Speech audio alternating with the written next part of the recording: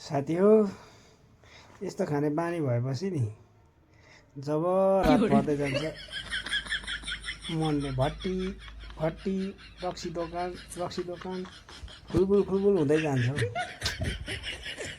तेरिका काम भनेपछि जे पनि गर भने गरिदिन्छ क्या। तर यस्तोमा बिहान 4 बजे निन्द्रा छोड्छ अगा घरतिर ढकढकाउनु हो। यो 3 पानीले पनि अचामै बनायो उदाउनै बनायो हो।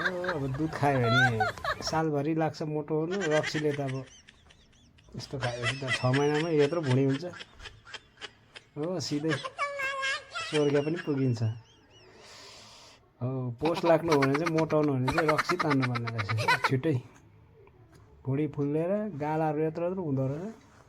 आम्मामा के छ त्यस्तो भिटामिन।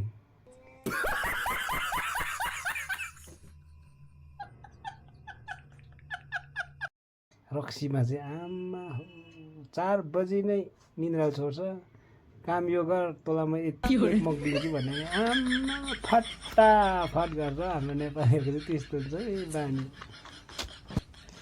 कसो हो साथीहरू